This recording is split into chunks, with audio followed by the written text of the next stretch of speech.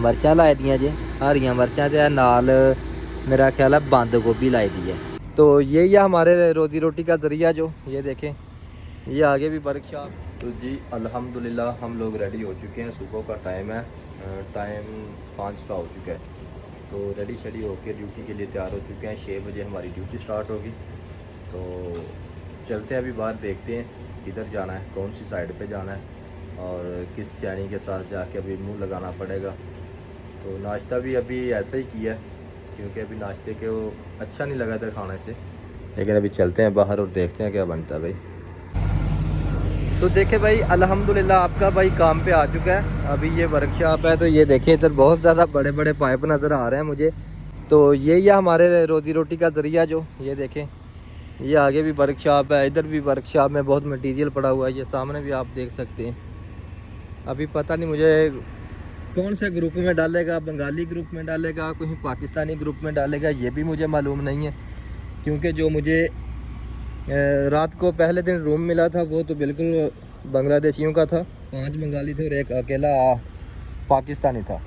तो अभी इधर जाके बात करते हैं, क्या बताएगा अभी देखना पड़ेगा जाके भाई।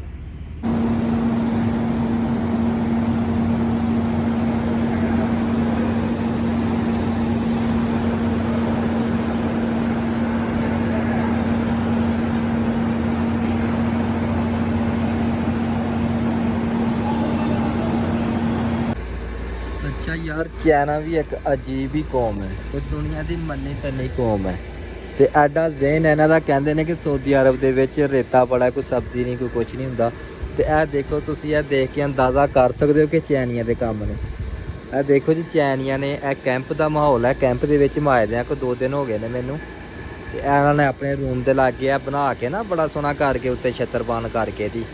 ਤੇ ਇਹ ਦੇਖੋ ਜੀ ਇਹ ਕੀ ਲਾਇਆ ਦਾ, हरियाँ मिर्चा लाई दियाँ जे हरियाँ मिर्चा ते नाल मेरा ख्याल है बंद गोभी लाई दी है। तो देखो माशाल्लाह किड्डी सोहनी हरी भरी होई दी है।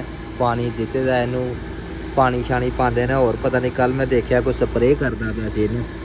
ते देखो माशाल्लाह जी किड्डा खूबसूरत माहौल बनाए दा।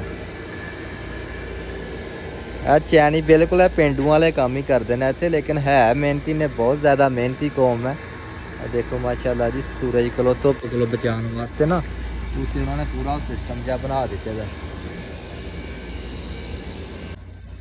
तो फिर दूसरा है कि हर बंदे की अलग अलग सोच होंगी है। एक उत्थे साढ़े रूम के लागे तो एक इस रूम के लागे। देखो जी इन्हें भी इतने कुछ राहे दा दे विच पानी शानी दिते दा इनू भी।